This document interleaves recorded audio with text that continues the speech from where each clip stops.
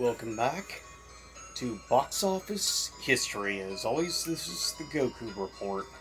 Hopefully you enjoy the somewhat gothic style music I chose in the background for this video, because I've decided to do a relatively short one. This is going to be looking back at the Blade trilogy, of course done by New Line Cinema Pictures.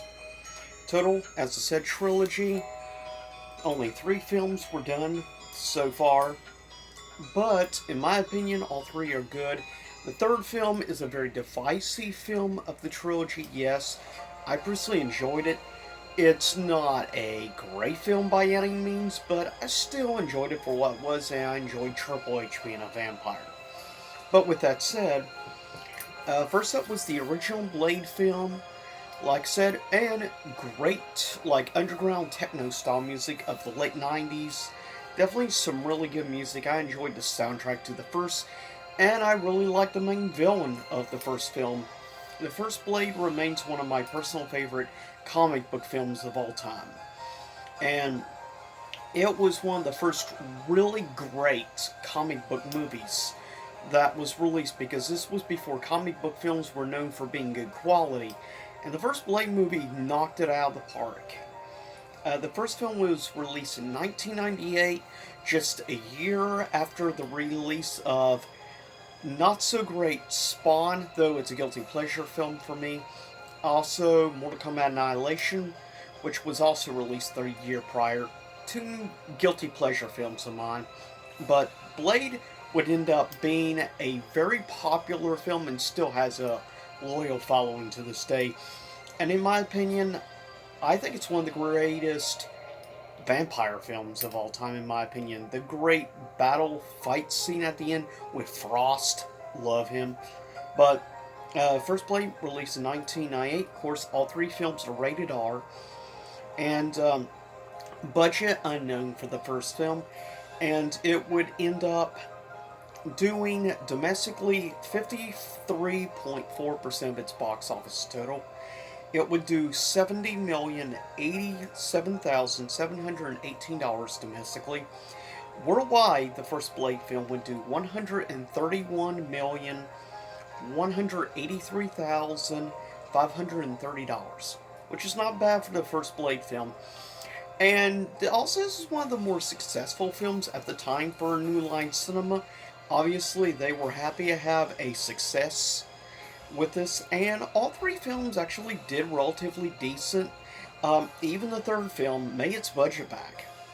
But with that said, next we would get a second film directed by Guillermo del Toro, which you could see a lot of future stuff he would do, and in my opinion, this is probably easily one of my top 5 favorite films from Guillermo del Toro. I would say it's probably my 3rd favorite film he's directed. Number 2 is probably Hellboy, Golden Army, or number 1. Back and forth between that and Pan's Labyrinth. But with that said, Blade 2 was released in 2002, so 4 years later. And there are quite a few people that feel this film was better than the first, to each their own. I still like the first one a little more, just because I like the main villain, Frost, more, though I could see where some people come from. The second film is definitely a more unique tone, and of course we would also see a familiar face coming in the future, also from Del Toro films, that being Ron, of course. But anyways, Blade 2 released 2002, of course rated R. A budget of $54 million, which, since I don't know the budget of the first film, hard to say whether it was an increase or whatever. Domestically, it would do 53.1% of its total. It would do $82,348,319. This would be released also the same year as Lord of the Rings, The Two Towers, also from New Line Cinema. This would be arguably the most successful of the films from the trilogy.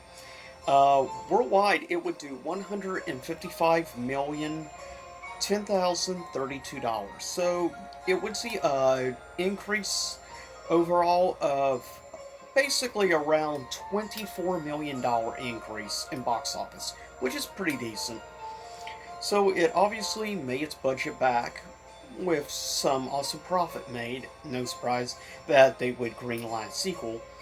And of course, that being the third and final film released in 2004, of course, one of the roles of a side henchman was played by Triple H. Also, this would be the first comic book film, to my knowledge, of none other than, of course, Ryan Reynolds would play in the third Blade film. Surprise, surprise. Which, of course, he has now been in like 3 or 4 different comic book films. He was also in Green Lantern and, of course, both Deadpools. And I think he's been involved in at least one other comic book film, if I'm not mistaken. He's been in quite a few now. But the third film, the main villain would be, of course, none other than Dracula. Uh, though it would be called Blade Trinity. Um, Budget of $65 million, so we'd see an increase of $11 million budget. One of the most stupid things I'll just quickly say in this film was the vampire poodles. It looked like something that would have come out of course, the live-action Resident Evil movies, which at the time were relatively new, because this came out around the same time period as the second Resident Evil movie, Apocalypse.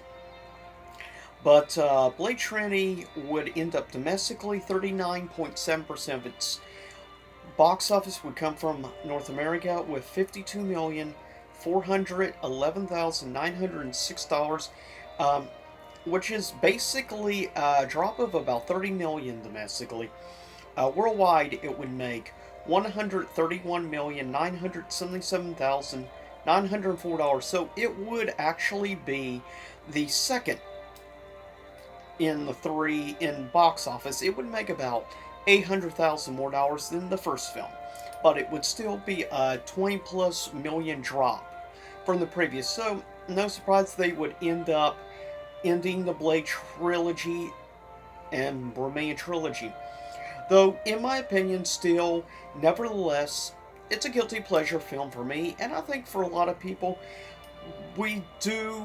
I feel that Blade Trinity is better than some people act like it is.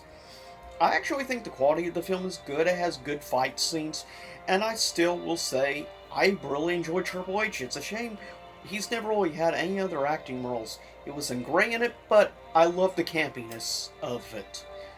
But anyways, with that said, and of course, the big star of the Blade trilogy, Blade himself, Wesley Snipes, which killed it as Blade in my opinion. But with that said, that is the box office history of the Blade trilogy.